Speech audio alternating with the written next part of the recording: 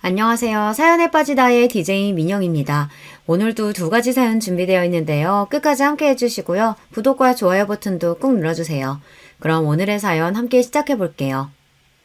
안녕하세요. 전 대전에 살면서 베이커리 가게를 하는 41살 여자입니다. 좋아하는 유튜브를 통해서 여러분과 만나 뵙게 되어 정말 반가워요. 제가 살아온 이야기를 하는 데서 우리 남동생을 빠뜨리면 안 될 것 같아 먼저 소개를 드리려고 합니다. 제 동생은 늘 웅크리고 잡니다. 눈부라치는 겨울 굴 속에서 아기곰이 잔다면 꼭 그런 모습일까요? 특이하게 자는 모습이 귀여운 한편 갑자기 안타까움이 일어납니다. 쟤는 왜 저리 불쌍한 모습으로 자는 거야. 마음에 생채기만 남기는 이 세상과 단절하기라도 한 듯 등을 잔뜩 구부린 모습으로 자는 동생. 그러면 전 침대 위로 올라가 동생의 팔다리를 쭉쭉 밀어서 반듯하게 눕혀줍니다. 잘 때만이라도 정상인처럼 보였으면 하는 마음이었을까요? 하지만 동생은 눈을 찡긋거리더니 다시 원래의 웅크린 모양새로 돌아가곤 합니다. 다람쥐 쳇바퀴처럼 나는 반듯하게 자세를 고쳐주고 동생은 다시 웅크리는 꼴을 본 아빠가 말했습니다. 그만 좀 해라. 그게 다 무슨 소용이냐? 그것도 다 제가 멀쩡한 놈이 아니라 그리 자는 거라니까. 그런 아빠의 말에 반발심이 들어서 저는 동생과 똑같은 모습으로 옆에 웅크리고 눕습니다. 저도 이렇게 웅크리고 자는 게 좋아요. 이게 얼마나 편한지 모르실걸요? 괜한 아집을 부리는 어린 딸의 마음을 아빠가 모를 리 없었겠죠.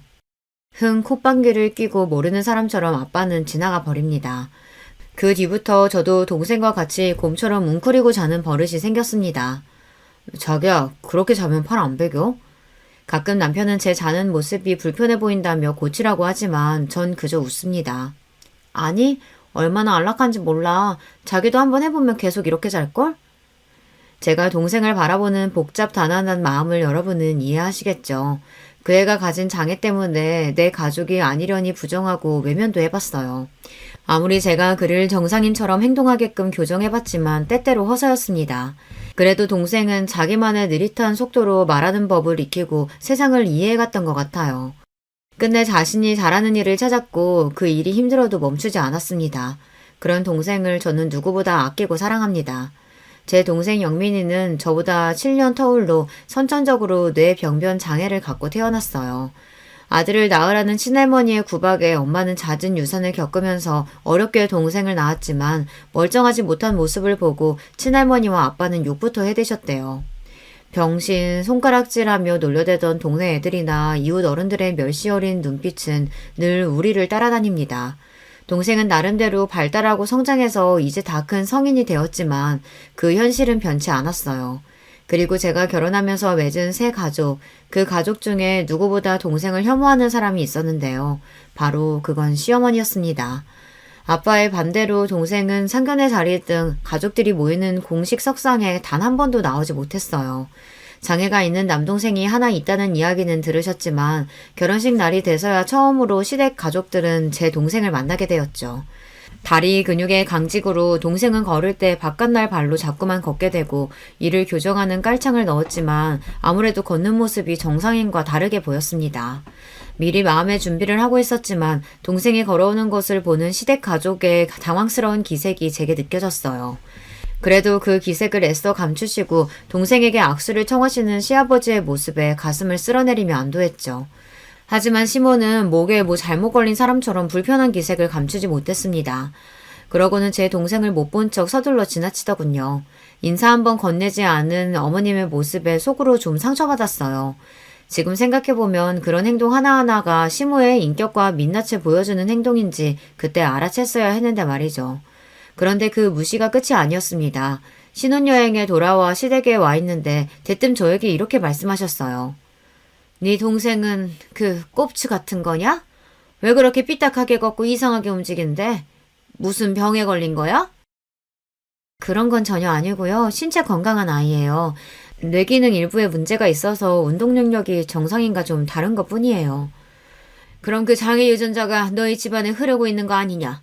나중에 내 손자에게 그게 옮겨갈까 무섭다. 그러니까 너 혹여 임신하게 되면 모든 검사 다 해라. 태아가 조금이라도 문제 있다면 낳지 말고 바로 지우고. 알겠냐? 시어머니라는 사람이 참 너무 무례하죠. 이후에도 시부는 틈만 나면 제 동생을 들먹이며 나를 약자로 만들었습니다.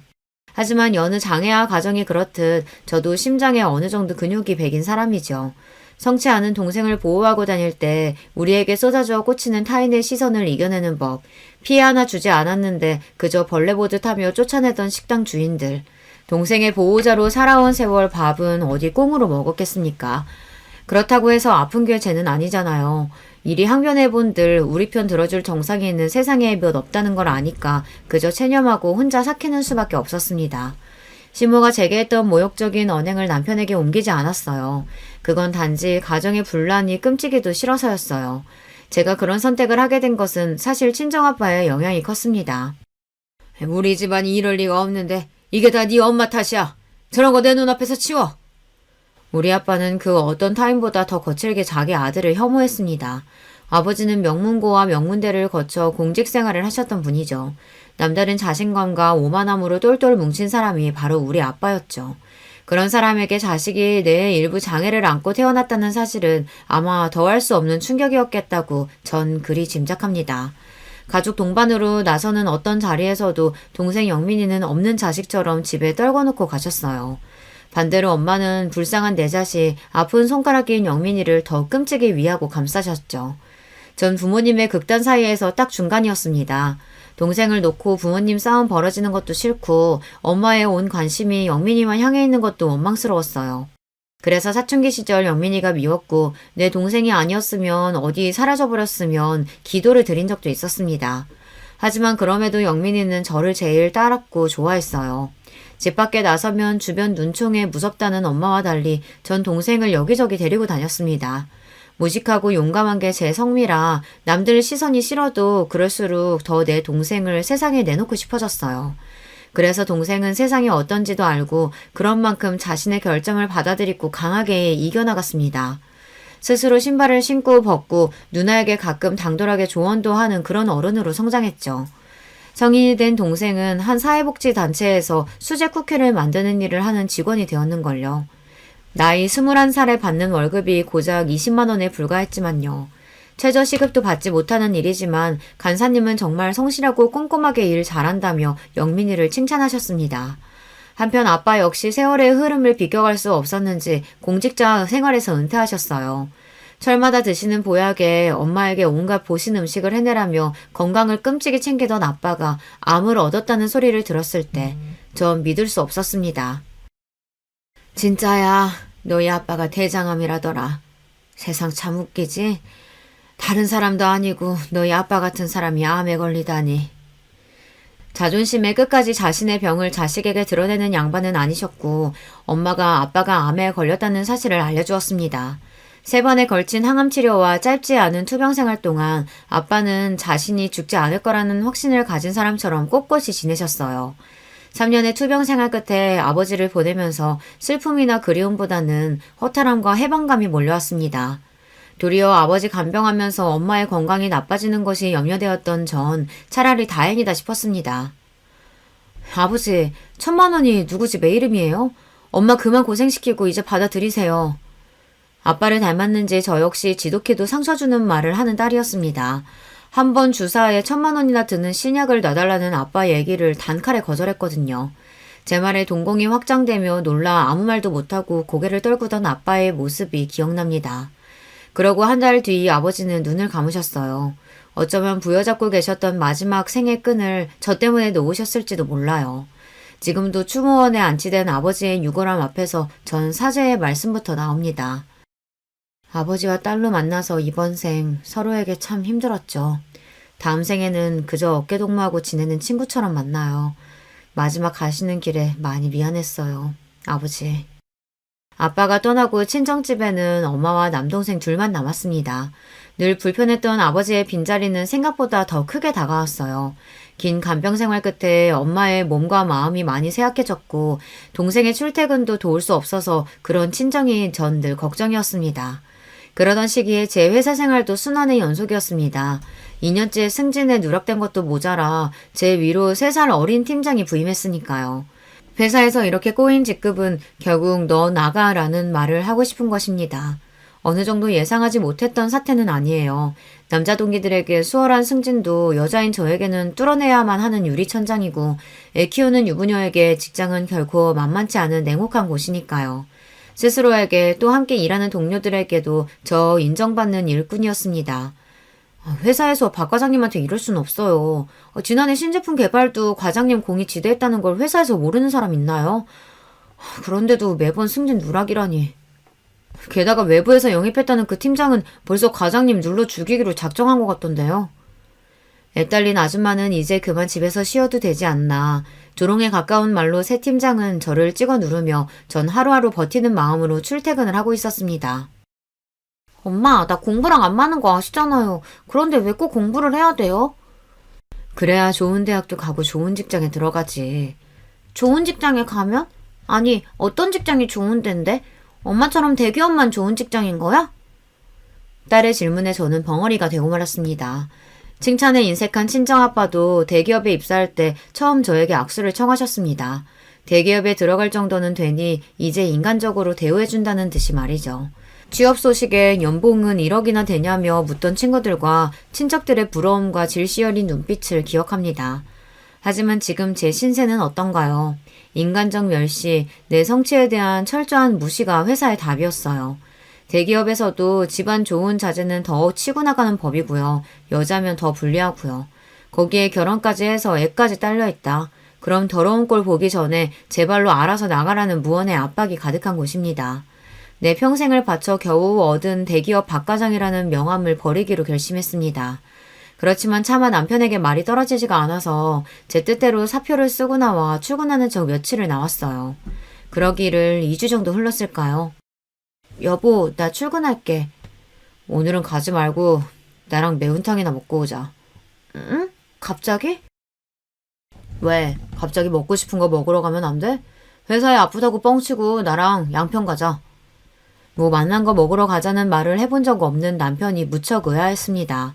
그가 이끄는 흰 간판에 붉은 글씨로 적힌 땡땡 매우탕 식당에 들어가서 자리에 앉아 아주머니가 내어주신 반찬을 하나하나 먹어보고 있었죠.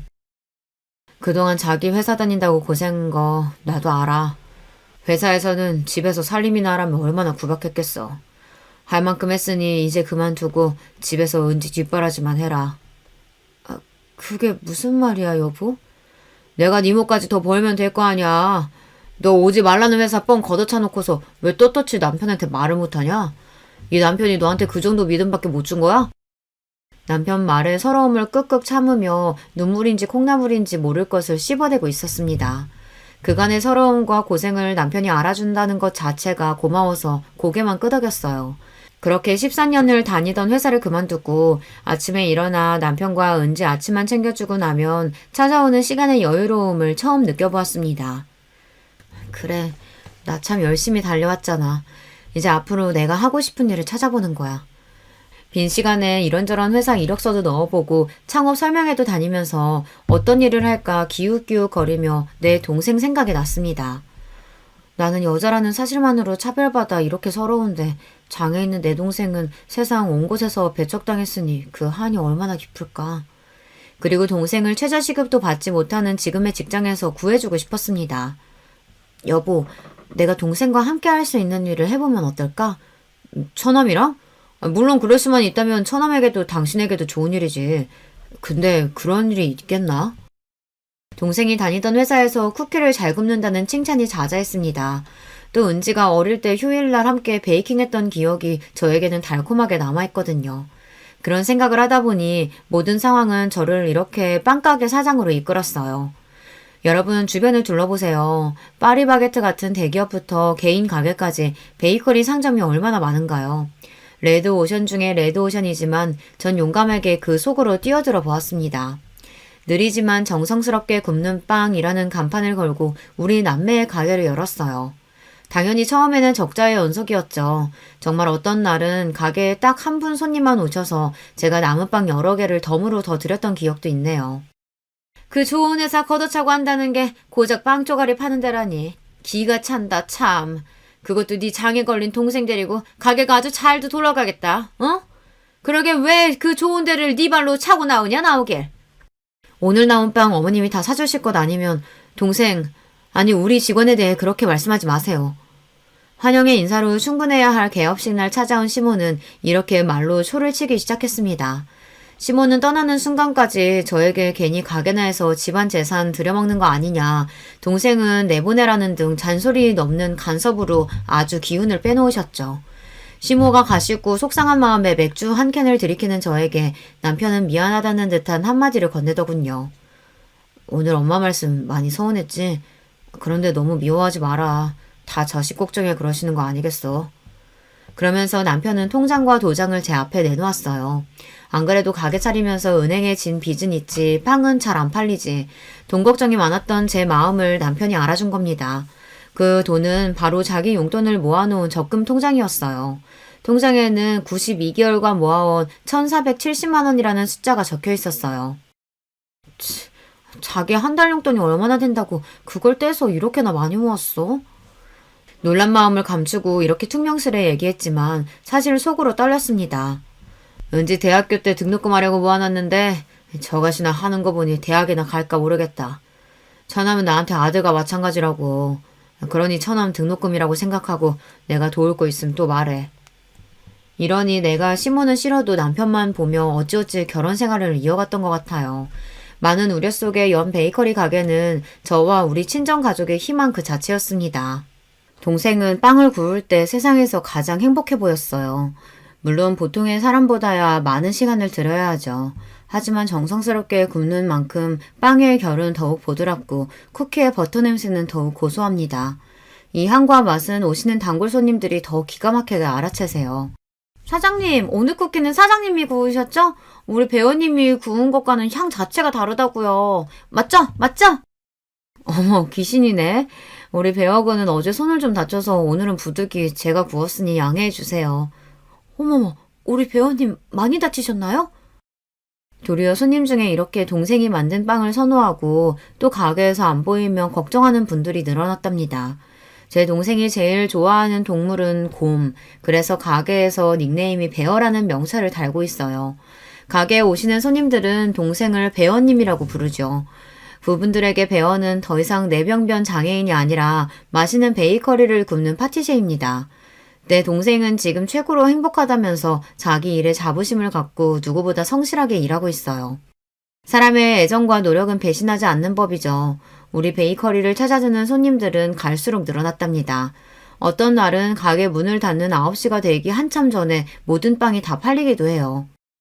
어머, 퇴근하고 바로 뛰어오는데 벌써 솔드아웃이에요? 참, 오늘 하루가 고돼서 여기 빵 너무 먹고 싶었는데. 이렇게 아쉬움으로 발걸음을 돌리는 손님들이 생길 지경이었어요.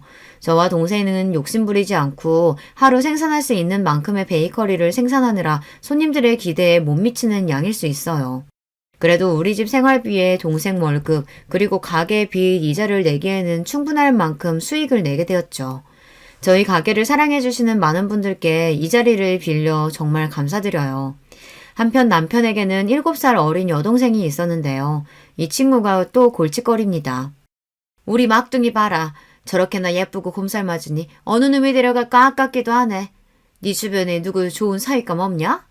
사자 직업 아니면 남자 집안에 건물 한 채 정도 있는 남자라야 신우에게 대볼 수 있다는 시모의 말에 실서가 나왔습니다. 고슴도치 눈에는 자식의 가시도 장미 이파리처럼 보이는 격이죠. 언니, 나 친구랑 여행 왔다가 수중에 돈 한 푼 안 남아버렸어요. 그러니까 언니가 나 좀 데리러 와줘요. 거기가 어딘데요?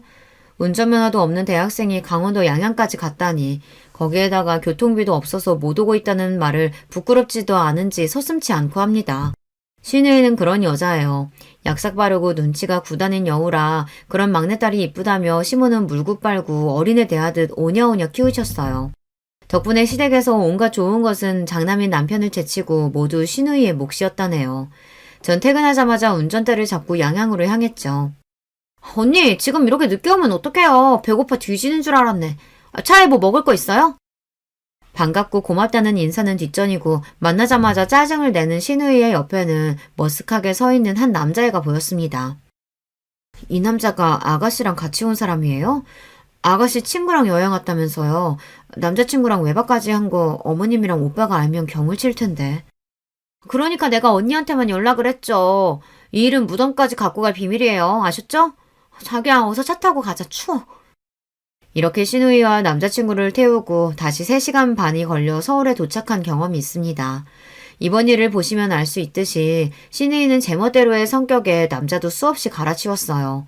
고등학교 때 사귀다가 같이 가출해서 일주일 함께 살다 온 30살짜리 남자부터 시작해서 성인이 된 이후에는 남자친구가 매번 변하는 통에 몇 명인지 셀 수도 없었죠. 촌스럽게. 걘 그냥 잠깐 만나는 애일 뿐이고 무슨 남자친구라고 잔소리해요. 아가씨는 그냥 만나는 남자랑 손도 잡고 외박도 하나 봐요. 내가 인기가 좋아서 오는 남자 뭐 어떻게 막으라고. 그리고 난 결혼 생각 없으니까 애인이나 많이 만들어두는 거죠. 나도 생각이라는 게 있는 년인데 언니처럼 구질구질하게 사는 거 보고 내가 결혼하고 싶겠어요? 어찌 보면 똑똑하고 아주 계산적인 친구죠. 시댁에서 얼마나 대접 못 받고 사는 며느리인지 제가 신우이 눈에는 그리 보였나 봅니다. 그렇게 남자들과 동거도 서슴지 않던 신우이는 자기 아버지와 오빠에게는 철저히 비밀에 붙여달라며 끝까지 저를 자기 편으로 두었죠. 저도 이유를 잘 모르겠어요. 얄밉지만 신우이의 자유로운 청춘을 지켜주고 싶은 마음이었던 건지 시아버지에게는 물론 남편에게까지 신우이의 잘못을 감춰주었으니까요. 철없고 이기적이긴 해도 그 나이 때에 못 모를 땐 그럴 수 있지. 신우이는 적어도 시모처럼 동생을 들먹이며 제 가슴 후벼 파는 말을 하지는 않았으니까요. 그런데 싱글을 자유롭게 즐기겠다던 신우는 갑자기 결혼 발표를 했습니다. 그 이후 전 시모와 신우이의 추악한 민낯을 대면하고 말았고요. 결혼하겠다며 신우가 데려온 남자는 유명한 식품기업에 다니고 있는 회사원이었어요. 외모는 평범했지만 성실하고 책임감 있는 남자로 보여 시집 보내기 안심이었습니다. 그런데 천방지축이던 신우이는 그 남자 옆에서는 세상 제일 조신하고 참한 여자처럼 연기하더군요. 입을 가리고 조그맣게 호호 웃고 술 한잔 같이 하자는 남자의 제안에 얼굴을 붉히면서 말이에요. 자기도 참, 저 술 한 방울 못하는 거 알면서. 정말 여배우 저리 가라 할 대단한 연기였습니다. 고주망태인 꼴로 친구 등에 업혀오는 일이 부지기수였던 신우이는 모르는 사람이 보면 정말 깜빡 속아 넘어갈 만큼 능숙한 연기를 뿜어냈죠. 그녀가 사귀었던 남자들이 주마등처럼 떠오르며 속으로 다짐했습니다. 저렇게 내숭 떠는 신우이가 숱한 남자들과 사귀었다는 걸, 동거까지 했다는 걸 알면 이 결혼 파토난다. 입 조심해야지. 예비 시 매부에게는 미안했지만 저도 다른 시댁 식구들과 한통속으로 신우이의 비밀을 덮는 일에 동조했습니다. 그러던 어느 날 저녁 식사를 하고 있는데 남편의 표정이 별로 좋지 않았어요. 무슨 일 있어요? 아무래도 일 구하는 일이 많이 힘들죠. 바로 답을 하지 못하고 밥만 먹던 남편이 숟가락을 내려놓고 난처한 이야기를 꺼냈습니다. 오늘 영순이가 전화해서 혼수 중에 하나를 해놓으라고 하대. 오라비가 돼서 하나뿐인 동생 시집갈 집에 혼수 번듯하게 내놓으면 좋겠다는데 내가 할 말이 없더라. 사업 망한 걸 집에 말 안 해서 아마 걔는 내 사정 모를 테니까. 웬만한 일은 다 괜찮다며 대범한 남편이 땅이 꺼져라 한숨 쉬는 모습이 안타까웠습니다. 사실 그때 남편이 잘 해오던 사업이 망해서 집에서 쉬고 있는 상황이었거든요. 사업 장려하면서 많은 빚도 껴안은 상태라 그 이자 생각만 하면 우리 부부는 밤에 잠도 못 잘 지경이었어요. 그나마 동생과 차린 베이커리가 잘 돼서 망정이지 아니었으면 우리 은지와 길거리에 나앉을 만큼 심각한 경제 상황이었어요. 이 남자가 완어울리게 웬 한숨이야. 동생이 일상에 한 번뿐인 결혼을 하는데 오빠로서 가만히 있으면 쓰나. 여기 카드 줄 테니까 이걸로 내일 아가씨 데리고 가서 아주 눈에 확 띄게 좋은 놈으로 사줘요. 당장 은지가 사고 싶다는 30만 원짜리 과일 전집도 고민하는 형편이었지만 남편 앞에서 통 큰 부인답게 내 카드를 내밀었습니다. 여러분, 남자의 눈물을 보신 적이 있나요? 우리 남편이 곰처럼 우직하고 무뚝뚝하지만요. 또 은근히 눈물이 많답니다. 미안하고 고맙다, 여보.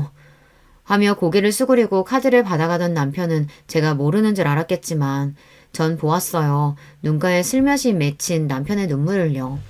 남편의 사업 실패 이후 살림은 빠듯했지만 열심히 살다 보면 빚도 다 갚지 않겠어요.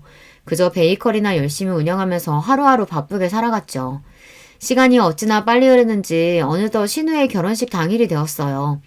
아침에 식구들대로 결혼식에 갈 채비를 하다가 전 축의금 봉투를 만지작거리며 얼마를 넣을지 고민을 하고 있었습니다. 남편이 그런 저를 툭 치며 왜 그러냐고 묻더군요. 아니, 오늘 아가씨 결혼식 축의금 얼마를 해야 하는 걸까? 뭐 그런 걸 걱정하느라 한참 동안 앉아있어. 300만 원이나 하는 비싼 TV도 사줬는데 뭘 굳이 축의금까지 줘야 해? 그래도 어떻게 빈손으로 가. 그래도 체면치레는 하고자 적다면 적지만 우리 형편에는 큰맘 먹고 50만 원을 축의금 봉투에 넣어냈습니다. 자기가 하고 싶다던 대로 꽃이 화려하게 장식된 웨딩홀에 들어서던 신우이는 무척 행복한 표정을 짓는 신부의 모습을 보이며 결혼식을 마쳤습니다. 결혼식 마치고 급히 가게로 가려는 저를 느닷없이 시모가 붙잡으셨어요. 시골에서 올라오신 시댁 친척분들께 필요한 음식 대접을 더 해야 한다며 시모는 괜찮은 식당을 잡아보라고 말씀하셨습니다. 어머님, 저 동생하고 친구한테 잠깐 가게 맡겨놓고 온 상태라 이제 가봐야 돼요. 괜찮으시면 어머님 댁에서 하시고 필요한 음식 있으시면 배달 보내드릴게요. 얘가 지금 무슨 가게를 간다는 거야? 그 꼽추 같은 애가 어떻게 가게를 본다고? 걔한테 맡기고 왔다는 구라치면 내가 믿을 줄 아니? 그깟 몇 푼 벌자고 시댁 어르신들 대접을 맏며느리가 되어가지고 못하겠다. 꼽추라니 지금 제 동생을 그렇게 말씀하신 거예요? 사지 멀쩡하고요. 뇌에 조금 장애가 있는 것뿐이지 멀쩡히 제 할 일 잘하는 애라고 몇 번이나 말씀드립니까? 처음으로 저는 시어머니에게 정색하며 언성을 높였습니다. 그러자 결혼식장에 계신 몇몇 분의 눈길이 우리에게 향했고 제가 뭐라고 더 시모에게 이야기하려는 순간 남편이 가로막았습니다. 어머니, 좋은 날 왜 그러세요? 이 사람 말 틀린 거 없습니다.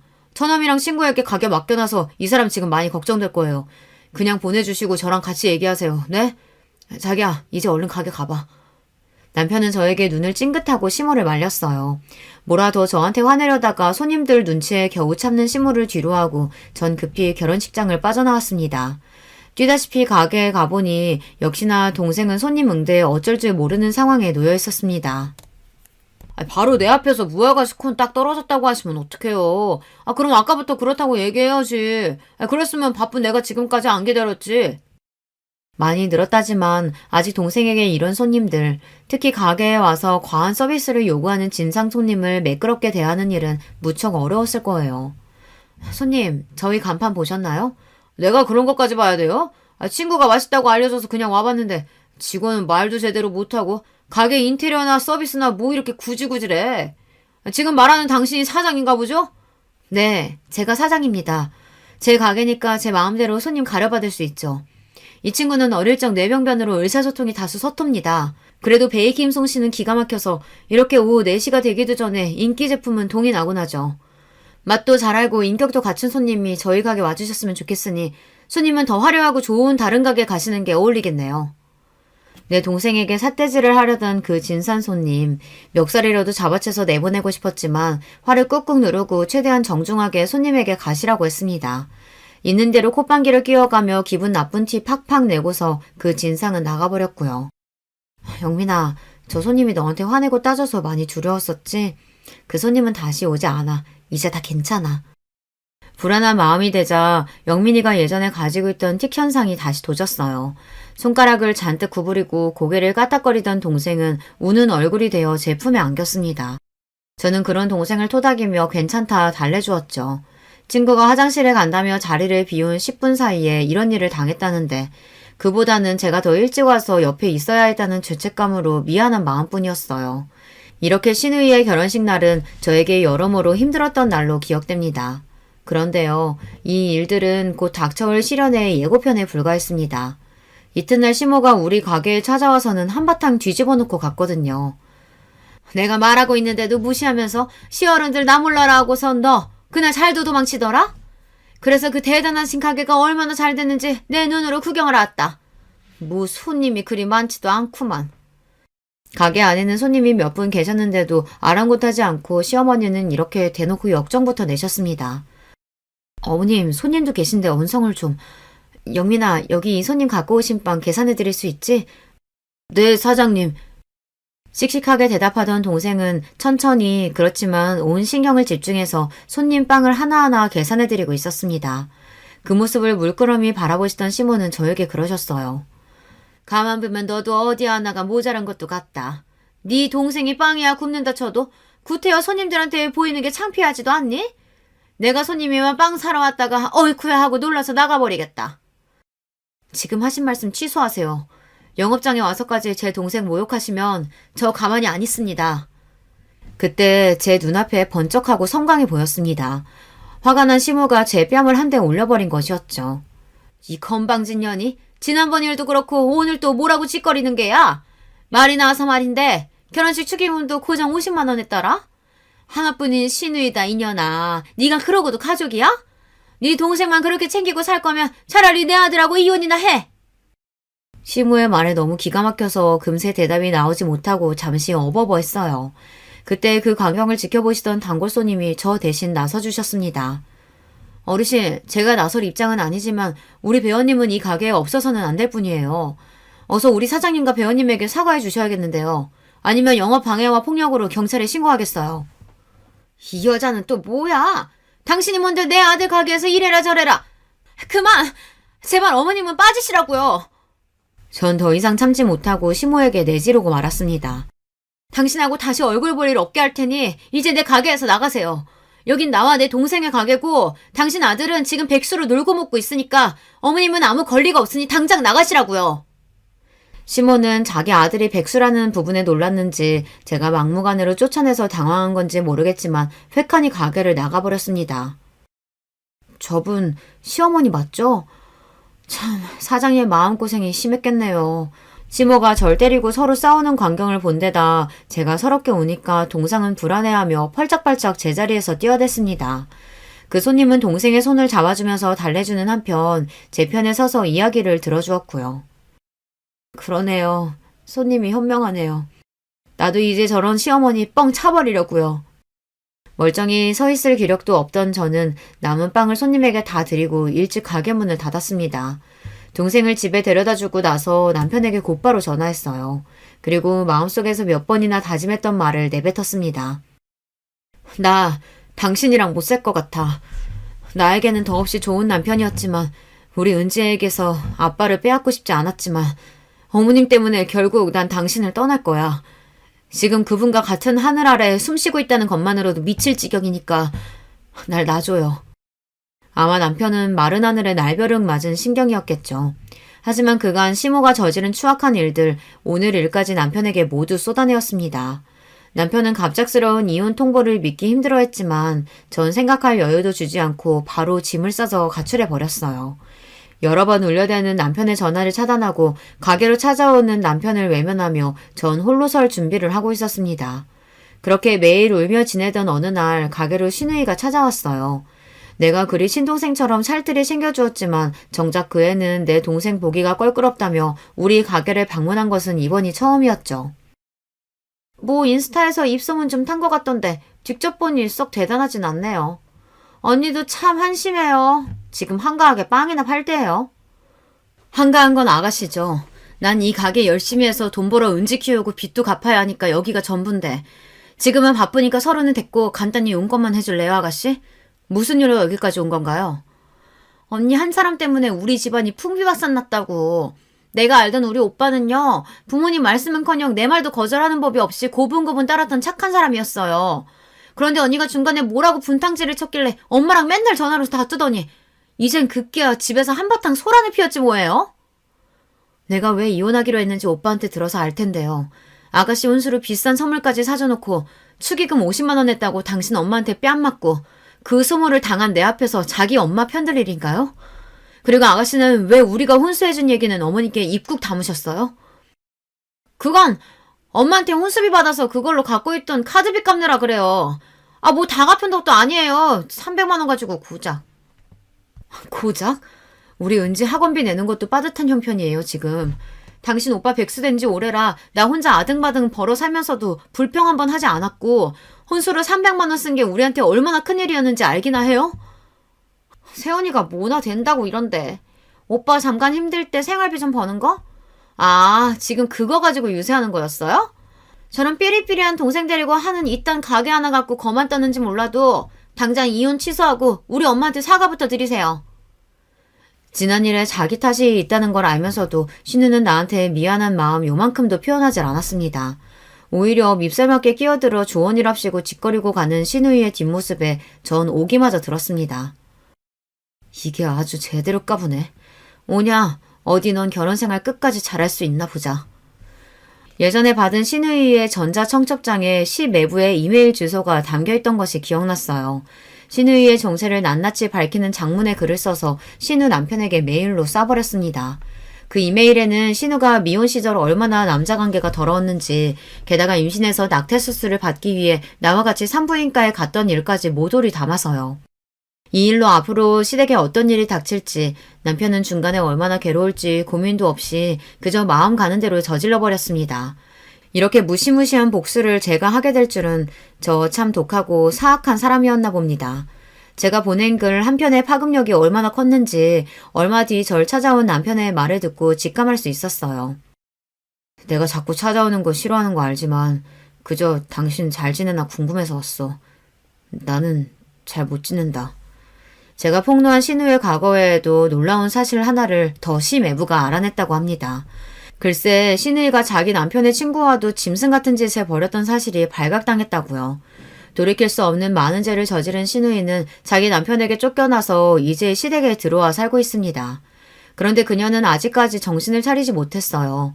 때마침 걸려온 신우 전화에 한참 동안 실랑이 하던 남편은 전화를 끊고 어이없어 했습니다. 이가 신하가 아직도 정신을 못 차렸나. 지가 무슨 낯짝으로 매제를 고소해. 진짜 싫다 싫어. 내 가족이라지만 진짜 정 떨어진다. 영순이가 매제랑 싸우다가 뺨을 2대 맞았는데 그거 가지고 고소하겠대. 어차피 이혼할 건데 위자료나 뜯어낼 거라고. 철면피도 유분수지. 판사 앞에 가서 그래 봐라 해. 자기가 남편 친구랑 붙어먹고 낙태수술한 과거까지 숨기고 결혼한 것과 고작 뺨 2대 맞은 것 중 뭐가 더 잘못인지. 나도 같은 생각이다. 그런데 낯살이나 먹은 우리 엄마도 그런 가시나 말리긴커녕 둘이 같이 궁리하고 있다네. 오라비가 돼가지고 동생이 이렇게 어려운데도 안 도와준다며 애기처럼 떼만 쓰더니. 빌어먹을 집안. 얼마나 울분이 터지는지 입에 달지도 않던 욕지기를 애써 참는 남편 모습을 찬찬히 보니 그는 참 많이 마르고 힘들어 보였습니다. 아무리 마음 불편해도 밥은 잘 챙겨 먹고 다녀야지. 나랑 떨어진 지 며칠이나 됐다고 그새 그렇게 말랐어. 남편은 제 앞으로 조용히 다가와 제 손을 꼭 잡고 허리를 굽혀 흐느끼듯 말했습니다. 야, 나 너 없이는 못 산다. 차라리 우리 집하고 연 끊을게. 엄마랑 동생한테 너 그런 일 다시는 안 당하게 할 테니까 도로 다 받아주면 안 되겠어? 진심 어린 남편의 말에 저도 울컥해서 눈물 한 줄기가 뺨을 스치고 지나갔습니다. 그때 웅크리고 빵 제조실에 있던 동생이 뛰쳐나와 내 손을 남편 손에 억지로 얹혀주며 말했습니다. 나는 우리 형 좋아. 누나야, 은지 조카도 엄마 아빠 헤어지는 거 싫다고 나한테 울더라. 형 용서해줘. 우리 누나는 천사잖아. 내 동생까지 이렇게 거들고 나서자 그만 전 눈물을 왈칵 쏟아내고 말았습니다. 사실은 저도 남편을 사랑하는 마음이 변치 않았기에 이별이 힘들었거든요. 결국 전 남편에게 돌아가기로 했습니다. 다만 남편의 말대로 시댁과 인연을 끊겠다는 조건을 달고서 말이죠. 제 믿음대로 그는 자기의 핏줄과 남남처럼 지내고 살았습니다. 그러니 결국 시모는 어쩔 수 없다는 듯 저를 찾아와 빌게 되었죠. 가게에 들어선 시모를 보자마자 가게 일을 돕고 있던 남편은 자기 어머니를 바로 내보내려고 했어요. 내가 이미 말했잖아요. 이제 엄마도 동생도 모르는 고아처럼 살 테니 자꾸 여기 찾아오지 마세요. 낯선 아들의 모습에 서러웠던지 시몬은 통 안에 눈물을 흘리며 제게 인간적인 모습을 보이고 말았습니다. 네가 처음 시집 왔을 때부터 미웠던 건 아니었다. 그런데 내 평생을 바쳐 키워낸 아들이 갈수록 너만 싸고 도니까 꼭지가 돌기 시작했어. 늙은 시애비의 꼴사나운 질투라고 생각해도 좋다. 나에겐 하늘이 무너진 것처럼 충격이었으니까. 그리고 이어진 시모의 한마디에 이젠 제가 꼭지가 돌 것 같았습니다. 게다가 또 충격은 내 아들이 불구 같은 네 동생을 우리 가족보다 더 챙기고 정을 쏟는 모습이었어. 말 함부로 하지 마세요. 제 동생 보고 꼽추라하더니 어떻게 이젠 불구라고까지 하세요? 그건 내가 못 배워서 저 동생한테 뭐라고 해야 할지 잘 몰라서 그래. 어쨌든 장애인 네 동생을 꽁꽁 숨기고 나에게서 감췄어야 했다. 네 동생을 보면 옛날 우리 집 살던 고모가 떠올라서 미치겠어. 넌 저런 동생이 뭐 떳떳하다고 시부모나 모르는 사람들 앞에서 데리고 다니는 거냐? 내 가족인데 그럼 내가 몰라라 하고 내쳐야 해요? 내 동생은요, 저보다 빵 잘 굽고 저보다 더 행복하게 사는 방법을 아는 애예요. 겉보기에 멀쩡하면서 가족들한테 상처 주고 실수하는 저나 어머님 그 누구에게도 뒤지지 않을 그럴 사람이라고요. 제 말을 듣던 시모는 잠시 말을 멈추고 뭔가 떠오르듯 말하기 힘들어하다 담담히 고백하듯 옛 이야기를 들려주었습니다. 나보다 10살쯤 많은 고모가 있었어. 어릴 적 냇가에서 놀다가 휩쓸려 척추를 다쳐서 새우처럼 등이 굽었던 우리 고모는 꼽치였지. 병신이 된 고모는 늘 어두운 방에서 꼭꼭 숨어 살아야 했어. 그래도 조카라고 나한테 고무줄이나 사방치기도 가르쳐주며 나랑 놀아주었지. 우리 고모가 등만 굽었지 얼굴도 하얗고 말은 얼마나 재밌게 하는지 참 좋아했는데.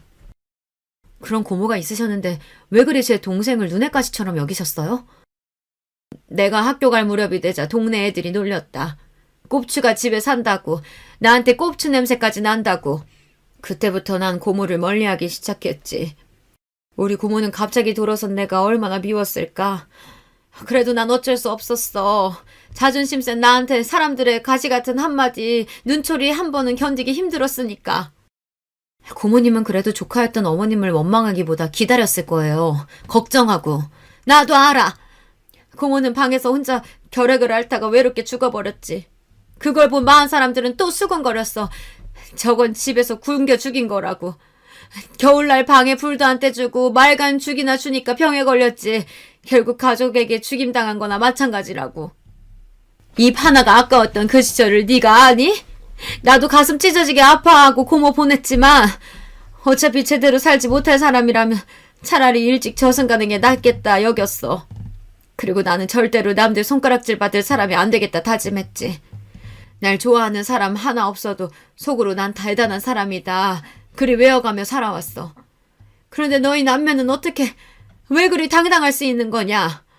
네 동생은 누구보다 챙기면서 우리 영순이 축의금은 꼴랑 50만 원 하는 걸 보고 내가 그만 눈이 뒤집히고 말았던 거야. 시모는 거만한 가면을 내려놓고 솔직하게 부끄러운 과거까지 모두 얘기하셨습니다. 그 말씀을 들으니 왜 그리 제 동생과 저에게 모질게 대하셨는지 조금 이해가 가기도 했어요. 하지만 사람이 곁에 있을 때 잘해야 한다고 그 말씀 한 번으로 시모와 벌어진 사이를 단숨에 붙이기란 어려웠습니다. 그리고 남편 역시 저와 같은 생각이었고요. 어머니, 그만 일어나시고 눈물 닦으세요. 그 마음 충분히 이해하는데 아직 시간이 필요합니다. 제 결심은 달라질 것이 없으니까요. 그래도 기어이 저 병신 같은 것들을 네가 데리고 가겠다. 널 낳아 길러준 네 어미를 버리고. 한참 눈물 짓던 시모는 이제 분노를 터뜨리며 악에 악을 쓰기 시작했어요. 저는요. 우리 남편이 우리 은지가 설령 어머님이 장애자였어도 다 품었을 거예요. 사랑하는 가족이니까 부족한 부분은 제가 채워주면서 끝까지 책임지고 살았을 겁니다. 시모는 제 이야기에 놀란 눈이 되어 털썩 주저앉아 한참 통곡하셨습니다. 나 이만 가마. 세아가 미안했다. 언젠가가 되면 보자꾸나. 시모는 온몸에 기운이 다 빠진 사람처럼 축 늘어진 모습으로 떠나셨고 그리 끈질기게 연락하고 괴롭히던 일도 멈추셨습니다. 아마 그날 우리의 대화로 느끼셨을지도 몰라요. 서로에게 적당한 거리를 갖고 각자의 상처가 아문 그 어느 나중에 보는 것이 현명하다는 것을 말이죠. 이렇게 혼란스러운 일들이 지나자 우리 세 식구는 평화롭게 지내게 되었습니다. 남편은 백수 생활을 접고 어느 기업체에 취직해서 잘 다니고 있고 전 여전히 동생과 함께 베이커리 가게를 하며 삽니다. 제 삶에서 전과 달라진 점이 있다면 만사에 더 감사하게 되었다는 것. 명절마다 시댁 챙기느라 못 갔던 우리 친정에 가서 재미나게 지내다 온다는 것. 남편과 더 돈독하게 부부의 정이 쌓아간다는 것. 그 정도일까요? 미래의 일은 알 수 없기에 언젠가 시모와 시누이를 만나게 되겠지만요. 만약 이전과 같은 모습이라면 얼마든지 손을 뻗어 내 삶에서 밀어낼 작정이기에 전처럼 두렵지만은 않습니다. 그리고 이제 제 이야기를 마무리하려고 합니다. 가게에서 틈틈이 이 글을 쓰는데 동생이 무척 많은 관심을 가지고 쳐다보더군요. 누나가 글을 쓸 때 표정 이쁘다. 이번 기회로 시작해서 제가 살아온 일 외에도 조금씩 글을 써보려고 합니다. 처녀작이라 부족함이 많았는데 불구하고 끝까지 들어주신 구독자 여러분께 깊은 감사드립니다. 마지막으로 이 말씀 드리고 싶어요. 어떤 사람이 말하더군요. 어린이는 내가 살아온 길을 보여주고 노인은 내가 살아갈 길을 보여주고 장애인은 내가 갈 수도 있는 길이라고요. 나와 내 가족이 갈 수도 있는 길을 현재 걷고 있는 장애인들에게 따스한 시선 보내주시면 참 좋겠습니다. 이만 여러분 모두에게 빵냄새처럼 향긋한 일생을 바람하지 않으며 안녕히 계세요. 안녕하세요. 저는 IT 업계 회사에서 오래 근무해온 50대 중반의 남자입니다. 저 역시 그렇게 살던 때가 있었지만 아무튼 남들 보기에 평탄해 보이는 집안이나 그렇지 않은 집안이나 뚜껑 열어보면 제각각의 사연들이 있는 것 같아요. 제 얘기는 좀 더 복잡하고 꺼내기 무척 거북스러운 이야기이기도 합니다만 같이 들어주신다면 감사하겠습니다. 저와 아내는 회사에서 만났고 아내는 결혼하는 즉시 회사 일을 그만둔 케이스예요. 예전부터 현모양처가 꿈이라고 했었고 저도 수입이나 형편이 나쁘지 않았기 때문에 기꺼이 그렇게 하라고 했답니다. 그래서 얼마 안 있다가 신혼 1년이 지나 아기가 들어섰고 저희 집에 아들이라고는 저 하나밖에 없었기 때문에 아주 경사가 났답니다. 어머니는 우리 아들이 태어났을 때 가끔 봐주시기도 했고 자라는 내내 해마다 적지 않은 용돈을 꼬박꼬박 주셨었어요. 아내는 그때마다 감사하다는 인사를 했었고 어머니도 흐뭇해하셨고요. 어머니 정말 감사해요. 우리 정민이 건강히 잘 키울게요. 주신 용돈으로 옷도 잘 해입히고 맛있는 것도 꾸준히 해먹일 거예요. 아내가 이렇게 인사한 이유는 어머니는 정말 섭섭지 않게 용돈을 주셨거든요. 그렇게 해서 시간이 흘러 우리 아들이 초등학교 4학년쯤 되었을 때의 일인데요. 그쯤 되어 어머니가 많이 아프셨어요. 연세도 연세이기도 하고 그쯤 되면 다들 몸이 안 좋아진다고 하지만 특히 관절이 너무 약해지셨더라고요. 한 번은 지하철 계단에서 쓰러지시기도 하고 제가 정말 헐레벌떡 모시러 갔던 기억도 나요. 이런 일이 몇 번 있으니 어머니를 혼자 두고 싶지 않더라고요. 아내도 이 사실을 알고 걱정했고 한 번은 누나들과 의논을 해야겠다는 생각했어요. 근데 아무리 고민해봐도 어머니를 모실 수 있는 입장은 저밖에 안 되겠더라고요. 아내에게 의견을 물었더니 곧장 바로 수긍을 하더라고요. 그래, 당연히 우리가 모셔야지. 어머니가 우리 정민이랑 나를 얼마나 각별히 챙겨주셨어. 우리 엄마한테 물어보니까 원래 그 나이 되면 다 관절이 엉망진창이 된대. 더 물어볼 것도 없이 얼른 정리하고 오시라고 말씀드려. 이 부분에 저는 무척 감사하는 마음이 컸고 적극적으로 반영을 해서 모든 일이 일사천리로 이루어졌어요. 집안에 있는 한쪽 끝방을 어머니에게 내드렸고 그 바로 옆방이 아들방이었고 저희 안방까지 이렇게 집을 새롭게 개편하게 되었답니다. 그리고 며칠 지나고 어머니가 저에게 감상을 얘기하시는데 다행이다 싶으면서도 좀 걸리는 게 있는 거예요. 아이고 경선이같이 착한 며느리가 어딨어. 그렇게 지극정성으로 날 봐준다 글쎄. 화장실 오갈 때도 계속 물어봐. 괜찮으시냐고. 낮에도 뭐 먹고 싶냐고 물어서 계속 갖다 주더라. 그런데 사돈 어른이 평소에 이렇게 자주 오시니? 내가 여기서 니네 신세지며 할 얘기는 아니다만. 그래서 전 조금 놀랍고 무슨 일인가 했어요. 나중에 아내를 통해서 물어보니 이렇게 말하는 거예요. 아, 엄마가 정민이 계속 보고 싶대서 그냥 편하게 오라 했어. 서로 의식하면 불편하니까 그냥 신경 안 쓰고 각각 있다 가면 되잖아. 어머니도 괜찮다고 하시던데? 그리고 우리 엄마는 정민이 어지간히 이뻐하잖아. 학교 등하교도 계속 본인이 시키겠다고 하는데 애 데려와서 집에서 잠깐 쉬시게 해야 하니까. 이때까지만 해도 제가 너무 과민하다고 생각을 했어요. 아내 말 맞다나 우리 장모님이 애 어릴 때부터 봐주시기도 했고 집을 수시로 드나드셨으니까요. 그런데 어머니가 어느 날부터 다시 이렇게 말씀을 하시는 거예요. 있잖아 제철아, 나 간병인을 새로 구해주는 게 낫지 않겠니? 아무래도 경선이한테 계속 부탁하기도 좀 그렇고 사돈도 계신데 여러모로 마음이 편치가 않구나. 때마다 자꾸 이런저런 얘기하기 힘들어서 말이야. 어머니 말씀을 들어보니 뭔가 제가 모르는 상황이 있을 것 같아서 신경이 쓰였어요. 아내에게 이 말을 했더니 손사래를 치며 그러지 말라는 거예요. 아우 어머 무슨 간병인을 써. 너무 생돈 나가게 하는 거 아니야? 내가 충분히 잘 모실 수 있어. 걱정하지 말고 나한테 맡기라니까. 그럴 돈을 차라리 나한테 반만 줘. 나도 어머니 모시고 어떻게 해야 할지 애매했었어. 병원도 그렇고 좀 더 시간 내볼 테니까 돈 엄한데 쓰지 말고 나한테 반 주고 나도 지금 하는 알바 정리하고 어머니한테 집중할게.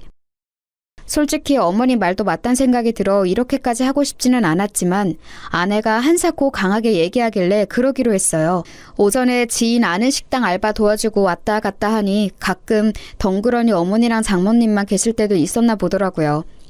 이렇게 말하니 어머니도 그냥 알겠다 하시기에 이후로는 상황이 잘 지나간 듯 했었어요. 왜냐하면 아내는 어머니 모시고 마트도 가고 병원도 다녀오고 어디 다녀왔다고 저에게 종종 연락도 잘해주더라고요. 어머니도 이때 만족해 하셨고요. 아휴, 어째 나 혼자 있을 때보다 경선이랑 있으면 더 잘 다니는 것 같아. 애가 챙겨주니 고맙기도 하고 차라리 그 알바비인지 뭔지 경선이한테 얼마 주고 부탁하는 게 훨씬 낫구나. 처음에는 좀 어색했는데 말이야. 그래서 마음을 놓고 있었지만 어느 순간부터 어머니 표정이 점점 어두워지시고 말수도 줄어드시더라고요. 제가 약간 걱정을 하고 있으려니 아내가 그 부분에 대해 설명을 해주었어요. 근데 이 말이 전 슬쩍 기분이 나빴지 뭐예요?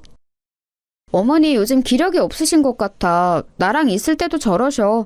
엄마 말로는 아마 이제 몸도 망가질 대로 다 망가지고 회복이 까마득하니 마음도 처지는 걸 거라고 하더라고. 어머니 몸이 그렇게까지 안 좋으신 건 아닌데 다리랑 허리를 제대로 못 쓰시는 거지 많이 엉망이 된 건 아니야. 에이, 뭘 또 그걸 따지고 있어. 그냥 그렇다는 얘기지. 아무튼 어머니 컨디션은 그러실만 하다는 거야. 너무 예민하게 듣지 마. 아내는 이렇게 말을 하고 넘어가길래 제가 볼 땐 저보다 더 어머니랑 오래 있으니 훨씬 더 정확할 거라고 생각을 했어요. 그래봤자 평생을 저와 함께했던 어머니인데 왜 그 기간 모셔준 아내의 의견을 더 의지했던 걸까요? 이후로 어머니는 좀 확연하게 달라지셨답니다. 어머니, 전에 나물 한번 무쳐본다고 하지 않았어요? 주말에 한번 해보실래요? 나물? 글쎄, 내가 그랬나? 한번 해볼까? 에이, 참 당신도 어머니 그런 거 하기 힘드셔. 하나부터 열까지 손이 얼마나 많이 가는데 내가 알아서 할 테니까 그냥 둬. 이렇게 아내가 공연히 옆에서 말을 자르고 어머니 표정이 어두워지시는 걸 보니 기분이 좀 안 좋았어요. 그리고 갑자기 어머니는 저한테 누나의 안부를 물으셨어요. 서울에 사는 작은 누나 말이에요. 제철아, 제희 많이 바쁘대냐? 거기 좀 가보고 싶구나. 안 그래도 저 역시 누나랑 얘기할 게 좀 있었던 거로 그날 저녁 통화를 했고 곧장 모셔갔답니다.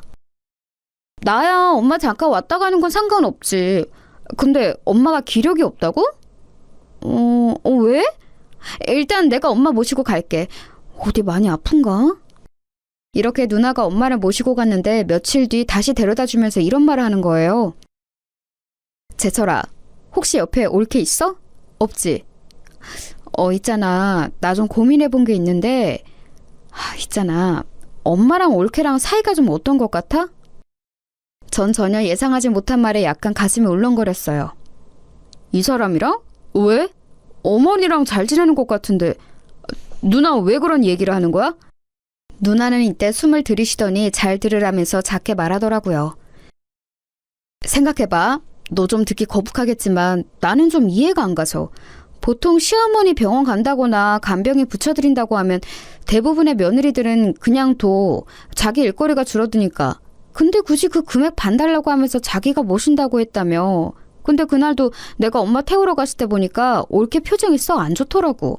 엄마한테도 약간 틱틱대듯이 말하고 말이야. 내가 있는데도 저러는 걸 보니까 없을 땐 어떨까 잠깐 생각이 들었어.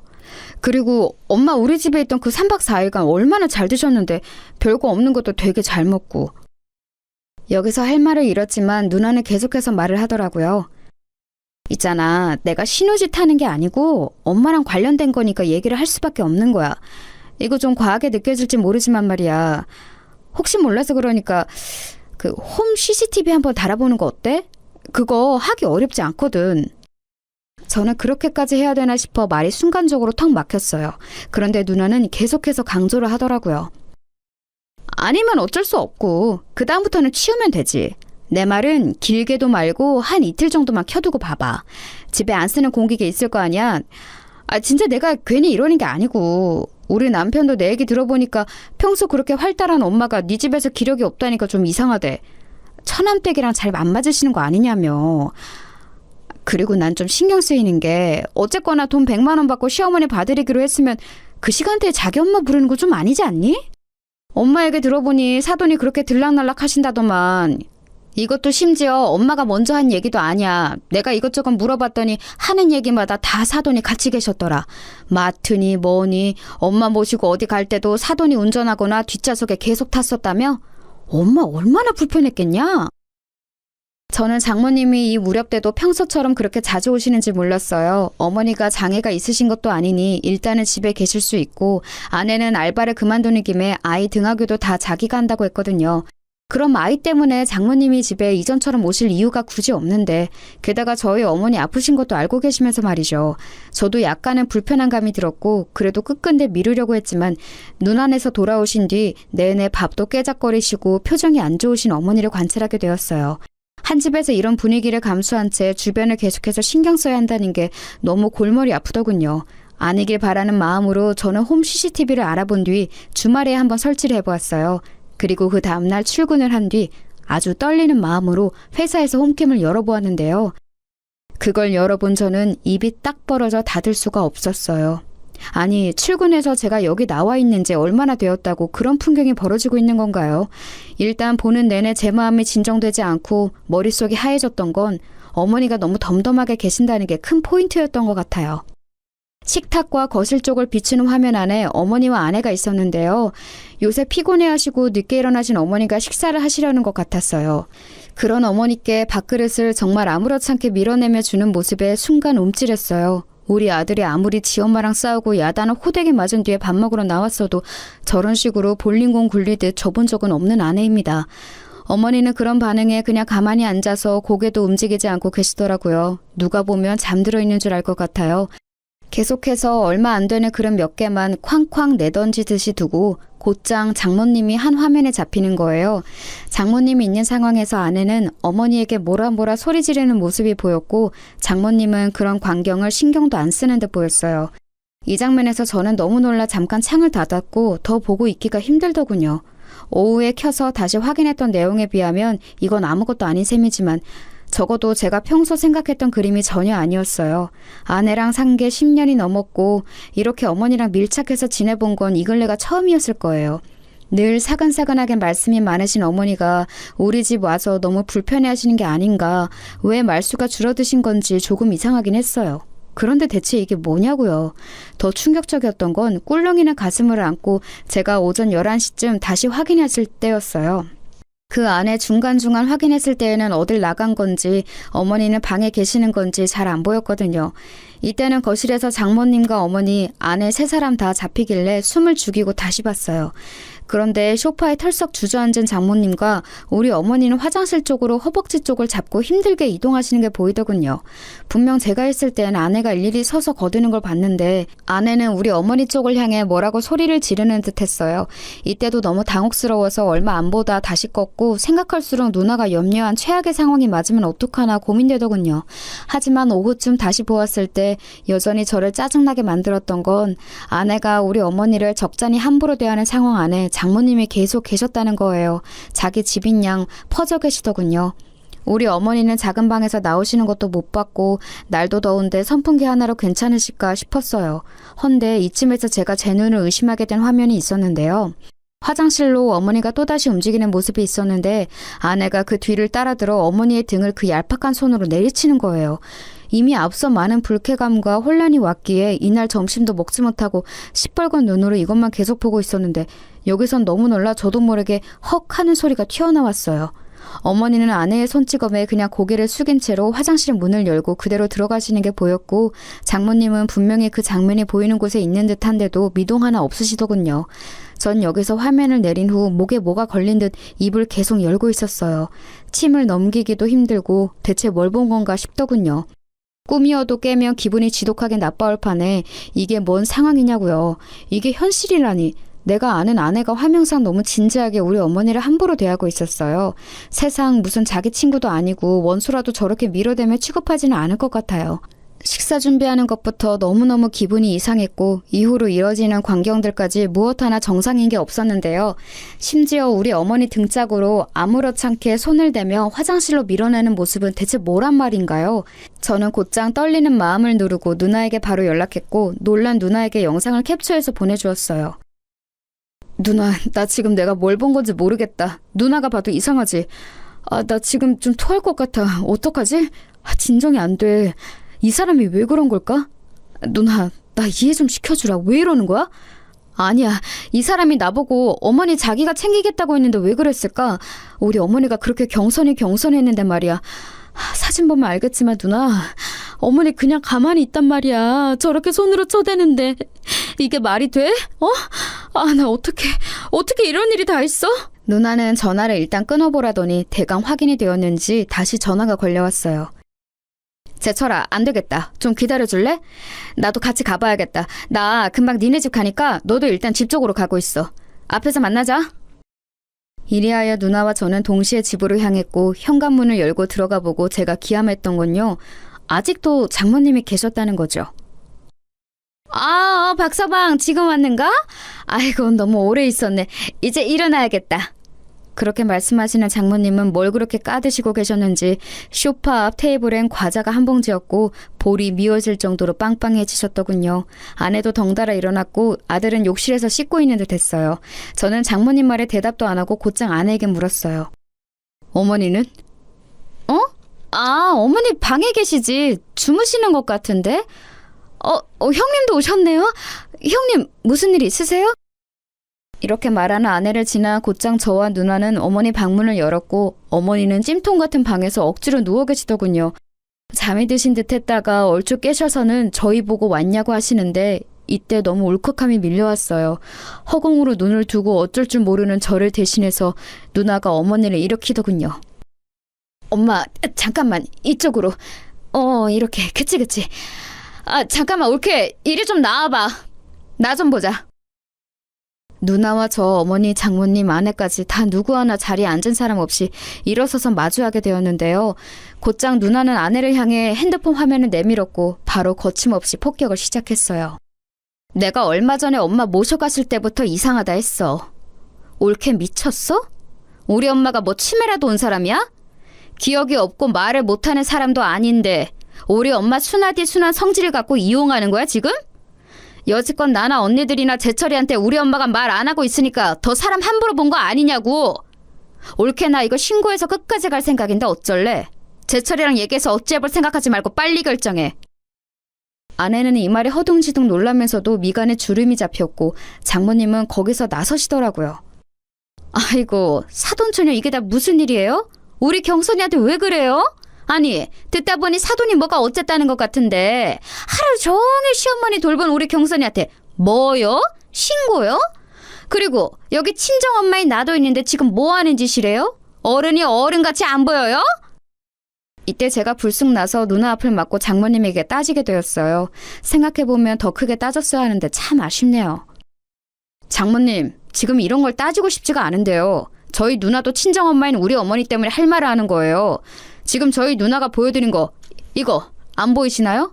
와, 저 보고 너무 놀랐습니다. 어떻게 저희 어머니한테 와이프가 저러고 있는 걸 그냥 보고만 계셨나요? 게다가 지금 집 거실은 냉방 때문에 추울 지경인데 저희 어머니 방문은 꼭 닫아두셨네요. 냉방 때문에요? 그리고 제가 네, 이건 저도 문제가 되겠지만요. 홈카메라 설치해두고 가서 오늘 뭘 하신지들 다 봤어요. 하도 어머니가 이전 같지 않고 이상하다고 해서 저도 신뢰를 무릅쓰고 이런 것을 해봤는데요. 뭐 하는 짓들이십니까 진짜? 그러자 꿀먹은 벙어리처럼 뒤에 숨어있던 아내가 겨우겨우 입을 열면서 뭘 봤는지 모르겠다고 일단은 잡아떼더군요. 여기서 저는 하루 내내 감정에 물타기를 하고 혼란스러웠던 것들이 다 사라져버리면서 그냥 모든 게 영으로 돌아간 듯 했어요. 눈으로 본 화면들을 보고 너무 제 기준엔 기괴한 현실이라 믿을 수가 없었는데 아내가 이렇게 잡아떼는 꼬라지를 보니 더더욱 확신이 들었으니까요. 이 여자랑 나는 그동안 뭘 해왔던 것일까 환멸감이 마구 올라왔어요. 당신 눈으로 봐. 왜? 영상으로 볼래?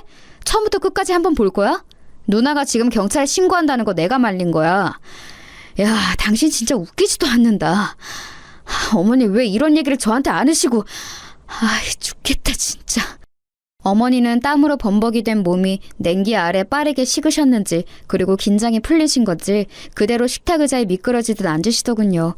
그 식탁을 눈으로 다시 보니 저는 정말 못 참을 지경이 되었어요.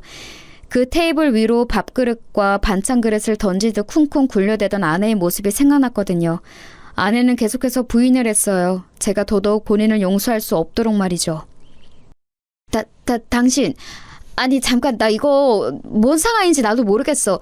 어떻게 이런 걸 말도 없이 놔두고 가? 언제 이런 건 샀어? 당신 진짜 무서운 사람이다. 내가 어머니한테 뭘 어쨌는데? 아니 막말로 해서 당신은 내가 얼마나 힘든지 알기나 해? 애 챙기고 어머니까지 챙기고 왔다 갔다 얼마나 힘들 줄 아냐고. 간병인 쓰는데 300은 넘을 거라고 걱정하길래 내가 그거 반툭 떼서 달라고 했지만 나도 중간에 그만하고 싶었어. 솔직히 나도 짜증낸 거 있긴 하지만 이거 다 내 잘못만은 아니야. 형님도 아까 저 뭐요? 신고요? 와 진짜 너무하시네요. 본인이 돌보실 생각은 안 하시고. 누나와 저는 이런 아내의 태도를 보고 더 말할 것도 없다고 생각했고 정말 더럽고 지저분한 꼴을 다 봐가면서 한 1년에 걸친 흙탕물 싸움 끝에 이혼을 하게 되었어요. 중간에 장모님이 얼마나 사냥개처럼 달려들고 절대 우리 딸 이혼은 못 시킨다고 악을 썼고 그럼 집은 내놓고 가라는 둥 말 같지도 않은 개소리를 하시더군요.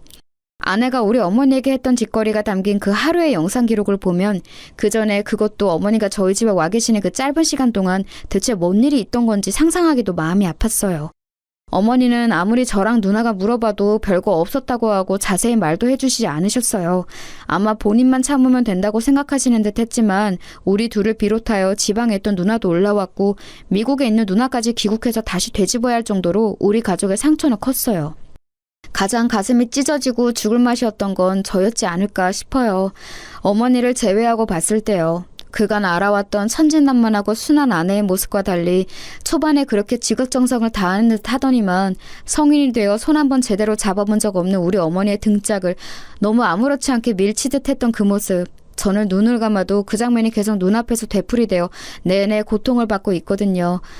뭔가 약이라도 있어서 먹고 잊을 수 있는 게 있다면 저는 그 장면을 제일 지워내고 싶어요. 게다가 저와 아내 사이에는 몹쓸 놈의 정이란 게 있었고 심지어 가장 저를 괴롭게 하는 관문이었던 자식, 바로 아들 정민이가 있었어요.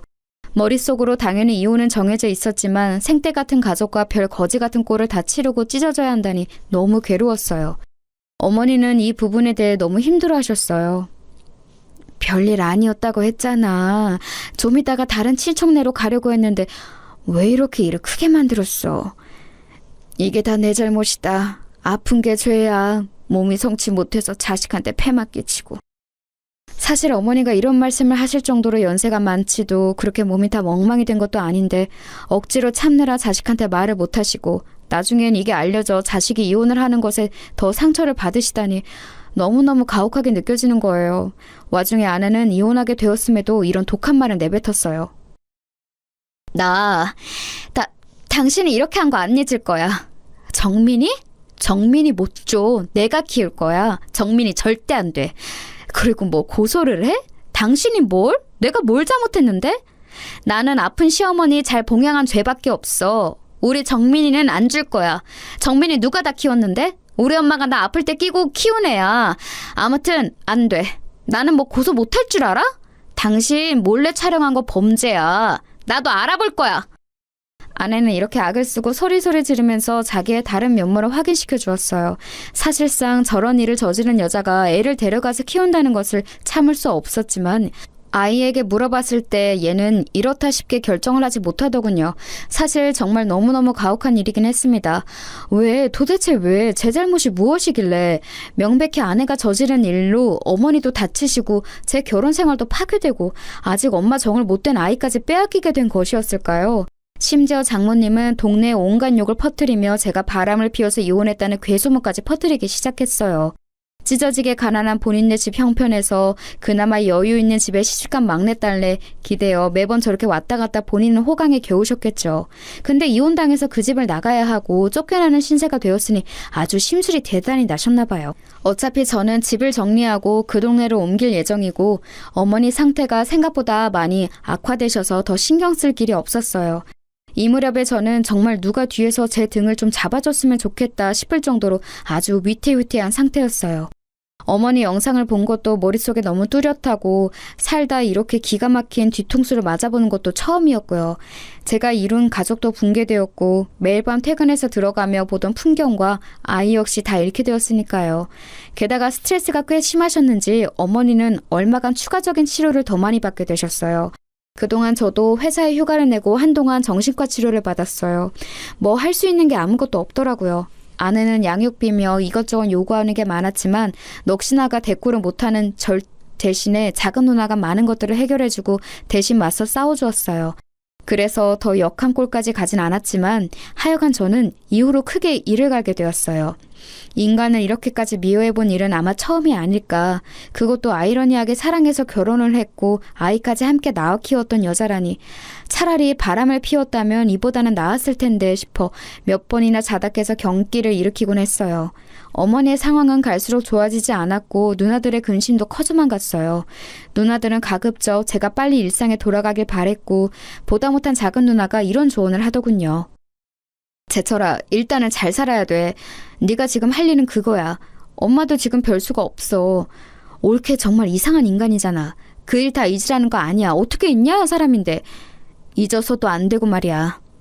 일단은 너 살 길을 찾아서 살고 살아서 숨이라도 쉰 다음에 그 뒷일을 생각해보자. 이렇게는 죽도 밥도 안 돼. 왜 우리가 힘들어야 해? 엄마도 곧 좋아질 거야. 좀 견뎌보자. 누나의 말을 듣고서 저는 희망이 없는 상황이었지만 어떻게든 힘을 내보게 되더군요. 맞아요. 되던 안 되던 일단 살아서 숨구멍이 트여 있어야 뭐든 할 수 있는 거잖아요. 저는 얼마 안 가서 다시 회사로 복귀했고 이혼 사실을 주변에 조금씩 알렸고 사유에 대해서 굳이 언급은 하지 않았어요. 괴로웠던 건 아이를 아내가 데려가서 키우는 것 때문에 제 쪽에 결함이 있는 걸로 생각하시더라고요. 저는 이런 시선 때문에 더더욱 제 아이를 갈망하게 되었고 가끔씩 아이와 마주하게 될 때마다 속으로 더 크게 다짐을 하게 되었어요. 어머니와 아들 사이에 이처럼 쓰린 상처를 남겨 아리게 만든 건 절대 그냥 넘어가진 않겠다고 말이에요. 이혼은 어디까지나 필요한 과정이었을 뿐 저는 아내에게 제대로 제 화를 토해내지 못했어요. 그때는 너무 억울했는데 지나고 보니 그렇게 바보같이 제대로 화를 부리지 못했기에 다행이라고 생각해요. 그렇기에 어줍잖은 돈 따위로 퉁치고 해결 보지 않고 마음에 서슬퍼린 칼날을 품고 이를 갈다가 훗날 이렇게 완벽한 복수를 이루었기 때문입니다. 저는 정말 아주 근성 있게 계속해서 아내에게 완연하게 되갚아줄 날만을 기다려왔어요. 아이를 만나는 걸 방해할 때나 순순히 만나게 해줄 때나 그렇게 아이와 저와 아내 모두 적당히 나이를 먹어가는 동안에 말이에요. 본래 결혼할 때도 그랬지만 이혼할 무렵에는 정말이지 아내는 얼마 가진 것도 없이 정민이를 데리고 쫓겨나다 친정으로 갔었어요. 장모님이랑 같이 나란히 큰오빠네 집에 들어앉았다고는 들었어요. 그래서 어쩔 수 없이 우리 정민이도 지방으로 전학을 가야 했고요. 장모님은 더 물주가 되어줄 줄 알았던 사돈댁이 얄미워 사위가 바람을 피웠다고 소문을 냈고 그걸 결국 손주인 우리 아들이 돌려받았어요. 수군대는 사람들 때문에 어차피 이 지역에서 못 살게 되었고요. 전 중간에 몇 번이나 아들에게 사정을 물었어요. 지낼만해? 중학교는 어때? 엄마랑은 잘 지내고 있어? 친할머니가 너 많이 보고 싶어해. 이렇게 말하면 아들은 초반에는 이렇게 말을 했었어요. 엄마가 아빠네 가족 얘기하는 걸 싫어해. 다음 주부터는 너무 자주 안 만났으면 좋겠대. 나는 아빠랑 만나는 거 편한데 엄마랑 같이 있기 힘들어. 엄마 맨날 화만 내. 아들 얘기를 쭉 들어보니 역시 생활고가 만만치 않은 듯 했어요. 그러면서 뭐라고 애한테 화풀이를 해대는 건지 이상한 기대까지 하고 앉았더군요. 나 엄마가 좋은데 외삼촌이랑 외숙모는 싫어. 나랑 엄마가 여기 와서 사는 게 싫으신 것 같아. 사촌 형도 눈치 주고. 외할머니는 나한테 여전히 잘해주지. 근데 엄마랑 맨날 싸우셔. 전에 삼촌이 엄마한테 생활비 얼마 내라고 해서 불같이 싸웠거든. 삼촌이 엄마한테 욕하고 장난 아니었어. 그래도 엄마는 나 공부시키려고 장난 아니야. 옛날에도 엄마가 욕심이 있긴 했잖아. 이렇게 아들 말 그대로 아내는 꽤나 아들한테 욕심이 있던 사람이에요. 어릴 때부터 이것저것 빠져서 애한테 영어 유치원이며 뭐며 자기가 못해본 꿈을 이루겠다고 어지간히 공부도 시켜댔었어요. 이상하게 허영이 있어서 돈 있는 여자들이랑 어울려 다니면서 허세를 부렸었고요. 아들 말에 의하면 지방까지 내려갔음에도 고등학교는 좋은 데로 진학시키려고 용을 쓴다더라고요. 엄마는 나를 되게 착각하고 있는 것 같은데 나는 좀 부담이 돼. 나중에 교육비랑 등록금 감당은 어떻게 하라고 하는지. 이때 저는 어딘가에서 힌트를 얻었고 아들에게 조심스레 물었어요. 너는 공부도 하고 싶어? 형편이 안 되니까 엄두가 안 나는 거야? 아니면 진짜 하기 싫은 거야? 그러자 아들이 눈치를 쓱 보더니 공부를 하고 싶다더군요. 어릴 땐 몰랐는데 나도 대학 목표가 조금 생겨서 하고 싶어. 근데 엄마랑 있는 동안은 학원도 마땅한 데가 없으니까. 일단 저는 알겠다고 하고 좀 더 생각을 해보았어요. 그 뒤로도 번번이 연락을 이어가던 중 아내가 아주 죽을 똥 일해가면서 자기 큰오빠네 집엔 생활비 한 푼도 안 주고 그걸 갖다가 아들 학원에 몰아준다는 걸 알게 되었어요. 점점 아들은 이 분위기를 부담스러워 하더군요. 엄마는 자꾸 내가 좋은 대학만 가면 끝이라고 해. 그럼 자기 고생을 보상받는다고. 외할머니랑 싸울 때도 계속 저런다니까. 정민이 대학 가기만 해보라고 외삼촌이랑 외숙모도 가만 안 두겠다고 하는데 엄마가 말을 계속 저렇게 하니까 내가 여기서 눈치 보이는 거야. 외할머니도 너무 약발이야. 외숙모 막 괴롭히고 솔직히 언제 쫓겨날지도 모르겠어. 너무 불안해 나. 상황 돌아가는 걸 보니 정말 어지간히 구역질 나는 꼴이 아니더라고요. 워낙에 어렵게 살아왔다는 건 알고 있었지만 애를 통해서 뭔가를 해소하고 보답받으려고 하는 꼴이 참 여전해 보였어요. 이걸 보니 더더욱 신물이 올라온 건 우리 어머니를 구태여 본인이 보겠다고 간병인에게 쓸 거 반 떼달라고 했던 것도 돈 때문이란 걸 확신이 있어서예요. 그렇지 않고서야 자기가 나서서 그렇게 귀찮은 일 굳이 했을 리가 없으니까 말이에요. 아무튼 저는 이런 사태를 계속 주시하고 있었고 나름 제가 할 수 있는 준비는 차분하게 다 해두었던 것 같아요. 그런 와중에 아들은 시간이 지나 저에게도 아주 좋은 소식을 가져왔어요. 아빠, 나 사연대학 붙었어. 진짜 믿기지가 않아. 와, 너무 신나. 아빠 축하해 줄 거지? 저는 너무너무 축하한다고 했고 진심으로 아이가 이룬 결과물이 대단하다는 생각이 들었어요. 뿌듯하기도 했고요. 그래서 아들을 만나서 밥을 사주는데 이 녀석이 아주 근본적인 고민을 털어놓는 거예요. 아빠 있잖아. 엄마가 첫 학기 때 빼고는 등록금을 대줄 수가 없대. 나보고 휴학하고 알바하던지 군대를 가라고 하더라고. 나도 형편이 그래서 각오는 했었어. 어쩔 수 없지 뭐. 근데 나 고민되는 건 이게 아니라 엄마 때문에 좀 너무 피곤해. 빨리 알바해서 돈이라도 벌어오라는 둥 아니면 얼른 취직해서 이제 나보고 먹여 살리라고 하는데 외할머니까지 나란히 나를 보고 있으니까 진짜 미치겠어. 엄마는 빨리 다시 서울로 가고 싶다고 난리야. 역시나 보자 하니 구질구질하게 아들한테 모든 걸 기대고 있었더라고요. 그러면서 자기가 그렇게 극성을 떨어서 공부시킨 아들로 덕 좀 보려고 했었고요. 이제 갓 좋은 대학에 들어간 것뿐인 애한테 애엄마랑 노인네 둘이서 대체 뭐 하는 짓일까요? 저는 본격적으로 제가 꽤 고민했던 사안을 꺼내어 아주 조심스럽게 아들에게 제안을 했어요. 이걸 아들이 받아들이면 얘기가 되는 거고 만약 아들이 조금이라도 흔들린다든지 어찌됐든 안 될 이유가 있다면 다 의미가 없어지지만요. 아들은 제 얘기를 듣고 적잖이 충격에 빠졌어요. 아빠 꼭 그렇게 해야 해? 근데 나는 그렇다 치고 엄마 진짜 가만히 안 있을 거야. 엄마 성격 아빠도 알지 않아? 아빠는 헤어진 지 오래돼서 모르나 본데 엄마 진짜 장난 아니야. 아무나 하고도 막 싸워. 아빠랑 이혼한 것도 이제 막 외할머니 탓이라고 하고 엉망진창이야. 엄마가 알면 가만 안 있을 거야. 저는 그런 건 다 예상했기 때문에 별로 문제가 되지 않았어요. 이혼한 순간부터 쭉 이렇게 될 날만 기대하고 준비해왔으니까요. 그건 정민이 네가 걱정할 건 아니야. 아빠가 궁금한 건 딱 하나야. 네가 유학을 갈지 아닐지 그거 하나뿐이라고. 그렇게 할 거면 아빠 뜻에 따르고 아니면 엄마랑 계속 그렇게 지내면 돼. 저도 이렇게 얘기하면서 아들에게는 한편으로는 무거운 짐을 지운 것 같았지만 사실 이건 복수이면서도 당연한 명분이 되더라고요. 제 입장에서는 그렇게 아내가 독을 품고 자기 할 몫은 다 내팽겨 쳐가며 자기 남편의 어머니와 그 아들인 저에게 마구 상처를 주고 가학적인 짓을 했으니 이 부분을 꼭 되갚아주고 싶었어요. 아들로 인해 최악의 상황을 겪고 만신창이가 된 어머니 때문에 복수하고 싶어서라도 아내가 꼭 그 기분이 어떤지 비슷하게 체감이 될 꼴을 만들어주고 싶었답니다. 그래서 제가 생각했던 복수는 아내로부터 아들을 빼앗는다는 것이었어요. 그렇게 공들여 키운 이혼하고 쫓겨나서 별의별 수모를 당하고 찌질하게 살아가며 오직 자식 하나만 공부시켜놨는데 이 아들이 돈 따라서 눈앞에서 사라진다면 어떤 기분이 들까요? 제가 이렇게까지 마음을 먹게 된 건 단순히 어머니에게 그런 짓거리를 했기 때문이 아니에요. 어머니는 정말 저를 생각하는 마음 하나로 제 가정이 붕괴되지 않길 바라는 마음에 꾸역꾸역 참고 말을 안 하셨어요. 나중에 저의 이혼으로 인해 더 스트레스를 받고 충격과 우울증에 시달리셨고 계속해서 요양병원 신세를 지고 계십니다.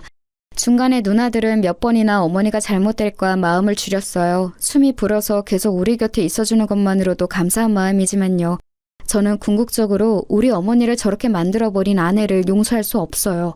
아내가 가장 집착하고 눈이 돌아있는 것을 빼앗아 아내의 생활을 엉망으로 만들어버려야 제가 살겠거든요.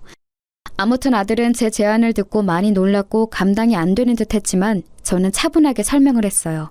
아들에게는 복수가 아니라 아들이 놓인 환경상 이혼하고 경제적 여유가 있는 한쪽 부모의 입장에서 당연히 제가 할 수 있는 제안임을 이해시켰죠.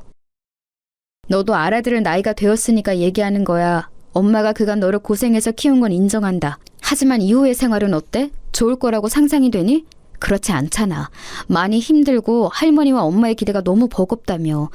외숙모 삼촌에 새들어 사는 것도 하루 이틀 아니냐고. 아빠는 정민이 너가 공부를 더 할 수 있도록 지원해줄 생각이야.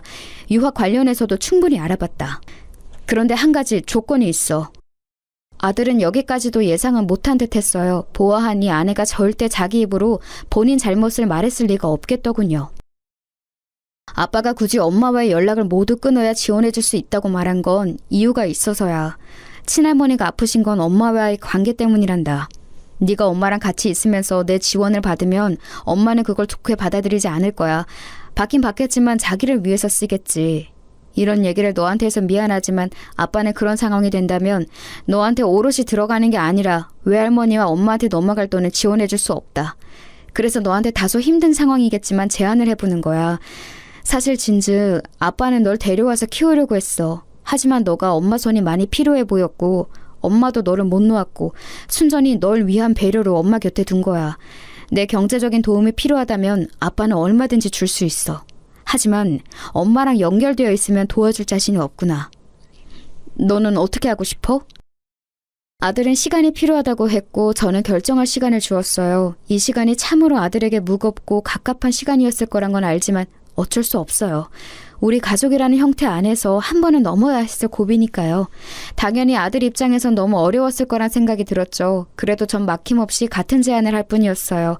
성인이 되어 자기 의사를 결정하게 되었고 한쪽 부모와의 삶이 많이 버겁다면 아이는 다른 선택을 할 수도 있는 거예요. 결국 제가 주었던 기한이 다 되어 아들에게 전화가 걸려왔어요. 이때는 저도 순간적으로 두근거리더군요. 아빠, 나 엄마랑도 좀 얘기를 해봤어. 엄마가 단번에 안 된다고 하더라. 아빠에게 안 꺼내고 그냥 유학 얘기만 했는데 엄마는 도저히 받아들일 수 없나 봐. 무슨 형편으로 가냐고 난리를 치고 호강 좀 받아보겠다고 다 키워놨더니 무슨 개똥 같은 소리냐고 하네. 그래서 저는 다시 되물었어요. 네 생각은 어떤데? 엄마의 의견은 그렇다 치고 네 생각도 확실하게 말을 해봐.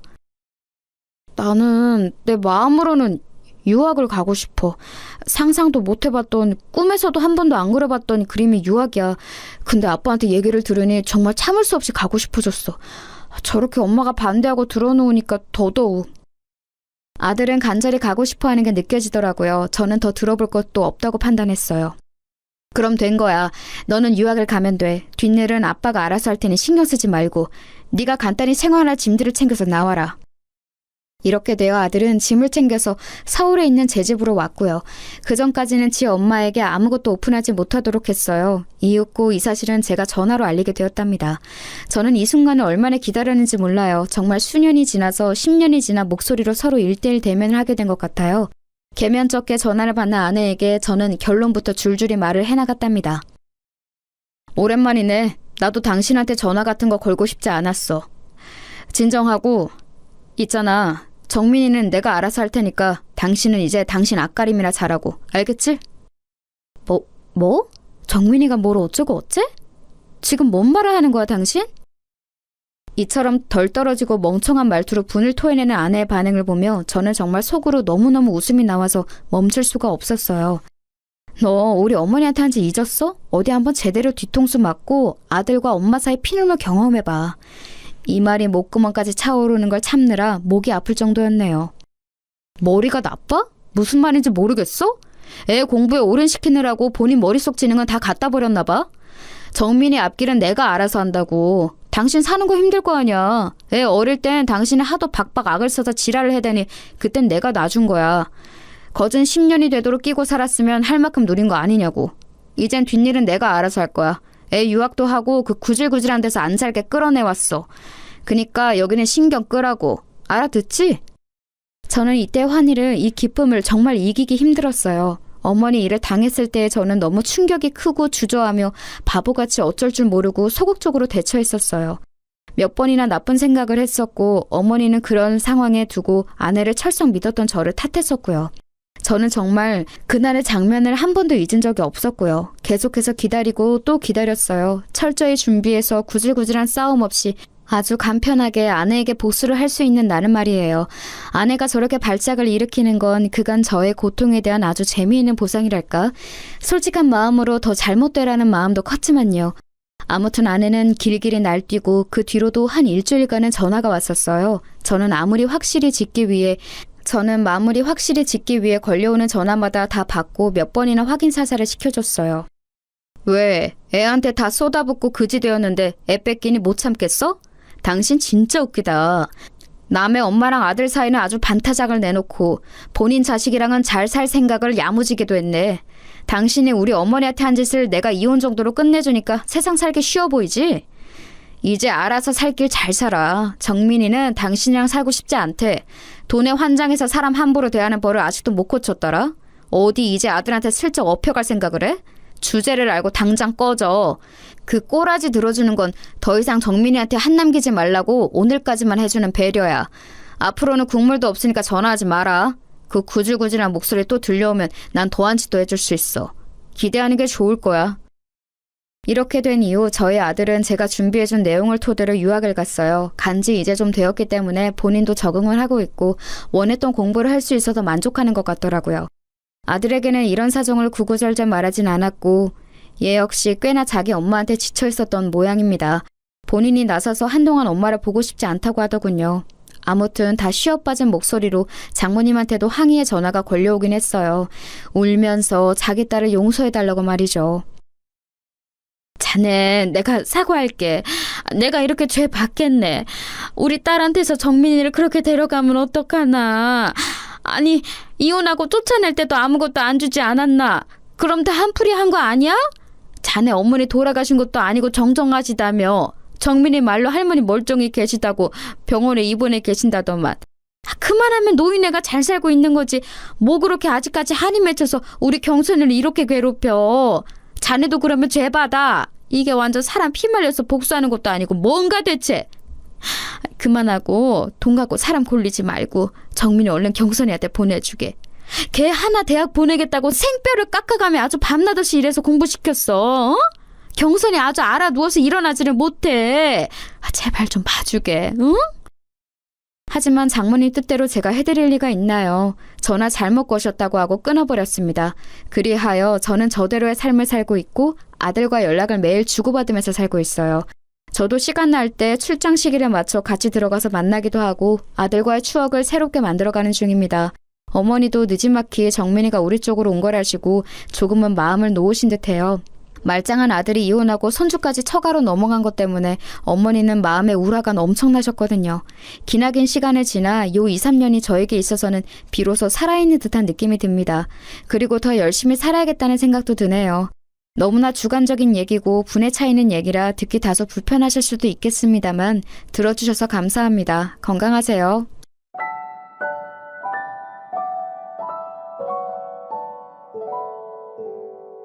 you